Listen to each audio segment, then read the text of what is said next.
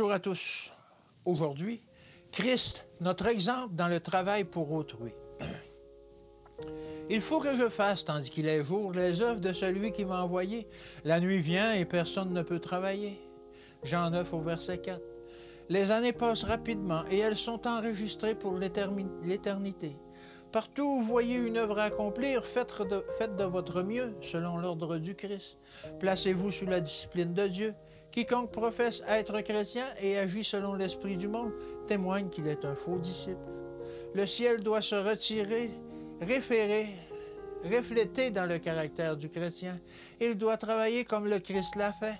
Notre cause serait en avance de plusieurs années sur ce qu'elle est. Le plan de Dieu prévoit que ceux qui sont dans les ténèbres percevraient une grande lumière. L'œuvre du Christ était en constante progression et il nous a, par sa vie, donné un exemple de la façon de travailler. Il allait sans cesse, faisant du bien. J'ai un message pour tous ceux sur qui la lumière de la vérité a brillé. Ils doivent travailler avec patience et persévérance pour les milliers d'âmes qui périssent dans leurs péchés, éparpillées de par le monde comme des épaves sur une côte désertique.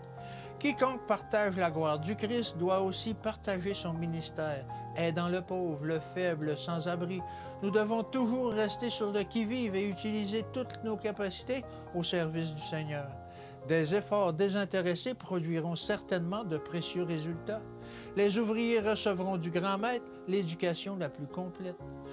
Nous parlons d'une éducation supérieure. Faire du Christ notre livre de classe permanent, voilà la plus haute éducation.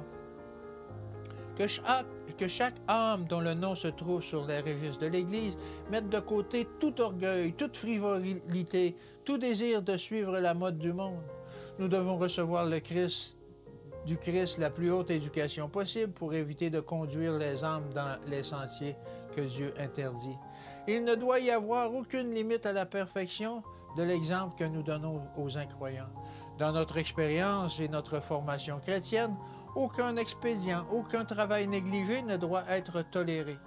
Les êtres humains n'ont pas le droit de penser qu'il y a une limite aux efforts à déployer dans le travail du salut des âmes.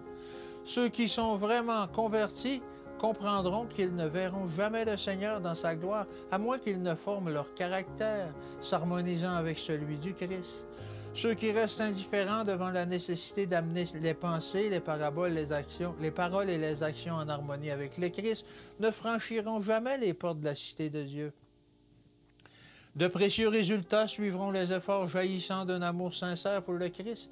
Le Seigneur avait invité son peuple à entreprendre l'œuvre à laquelle il l'avait appelé dès le début.